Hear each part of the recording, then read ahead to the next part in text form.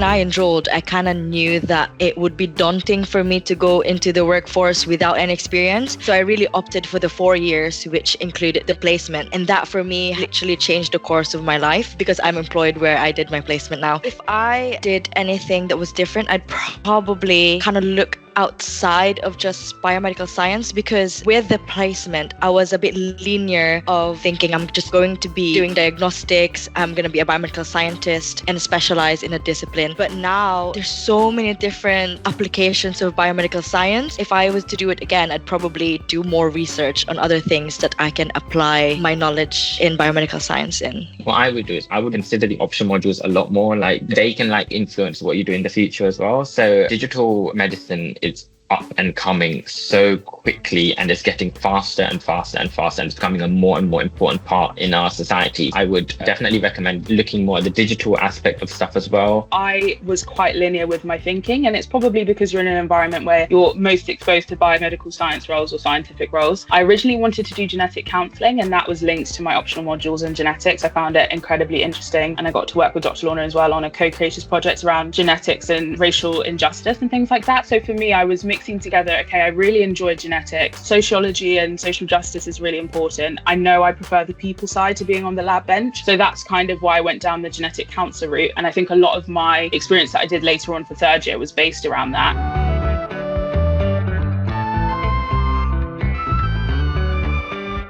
Research skills has helped me in so many different aspects of my life, like just knowing what's a fact and what is just like a hearsay. There's a lot of information online that says a study says or a research says, but people just believe it straight away. Having that skill to look for the facts, like who did the study and is it real, what kind of experiment did they do, how did they prove it, that kind of skill that I got from my degree was really helpful. Even looking for jobs, for example, just look for if it's real or not, if it's authentic. I think that has really helped me throughout my life, and I'm still using it now in all aspects as well. The best skill I've got is actually application. It's very easy to just have information thrown at you in a lecture. We've always taught how to apply stuff, not just to know that cardiac troponin means you've had a heart attack. It means knowing that what levels mean what. And I think that's really important because of what I've learned at university and my ability to apply something. It's really helped me. Don't worry if you don't remember all the information. What matters is that you know how to apply it and you know where to find information and you know how to understand it, which is what I think is really important. Having a basic understanding across all of my modules has been really helpful. I think working with the scientists and understanding what they're talking about and being able to summarize a large amount of data and reports and information into slide decks and then translate that to varying audiences. I definitely developed that skill from my university degree, particularly the presentations that you do towards the end of your final project. I think people underestimate how important presentation is.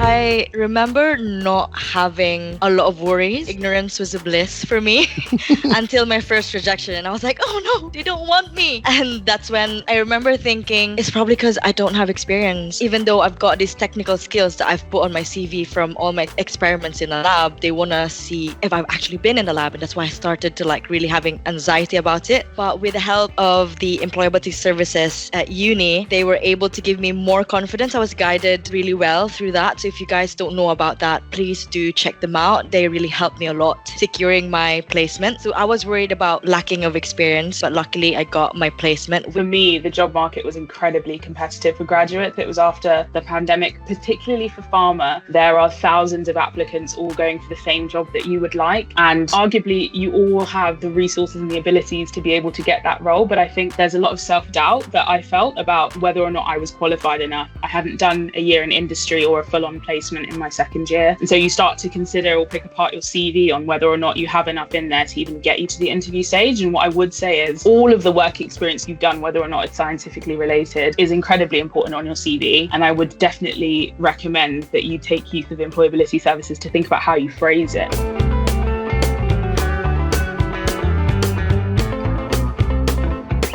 I'd say my number one advice would be don't be picky, especially if you're a fresh graduate. You have to open your horizon. I personally have a regret on this because I was very linear in my kind of role that I wanted. But don't be picky. Like, just apply. If you see a vacancy, if your friend mentions something, even if it's something completely different, try to kind of expand your horizon. I think that would be my number one choice. You're in your 20s. This is the time that you're really figuring out what you want, what works with your skill or your personality and what doesn't. And the best way to know that is to actually try. The top piece of advice, I think, is don't stress too much about the content. You guys are all smart. You've all made it to third year. You're going to graduate. Don't worry about that. It's very easy in level 6 to get consumed by what's going on around you and being scared of not knowing things. And that's absolutely fine. You're never going to know everything. Focus more on your future and making opportunities, which is what I think is really, really, really important. Do your research. And when I say that, I think externally. So when you see job roles or you hear about an idea that sounds like something you would be good at, it doesn't need to just be one review of the job role on the website. Go and watch a day in the life video or a YouTube video and understand what that person actually does day to day. It's very easy to make something sound great on a job application where they're trying to hire you in, but go away and look at that role and see if it aligns with you. So it's not just external, but internal as well. I think what was really helpful career advice that I got very early on was, what do I enjoy? So what are the modules where I find time flying when I need to do the work for it? Or I'm kind of excited to go into the room and learn more or ask more questions, but then also what are you good at? So it is important, the things that you feel like you can pick up quickly or maybe get the better grades in, and mixing those two things together of something that you could find yourself doing a lot, but that you will also be able to pick up quickly, are probably the areas you want to focus on for a job, because you're going to spend a lot of your time doing that role. And I think pairing those two things together of understanding what a role really means, what the terminology is actually about, how much time am I at the desk, how much time do I have to be around people, and does that suit me? Am I extroverted or introverted, or do I really enjoy looking into the detail, or do I want to be really high level and doing something with marketing and coming up with big ideas and sitting in a room and brainstorming? You'll only understand what that really means from going and looking at it. And we're really lucky that we have the TikTok and YouTube and everything else where we can just watch someone do it all day and explain every detail. So yeah, please do your research and make sure it fits with what you've learned about yourself as well.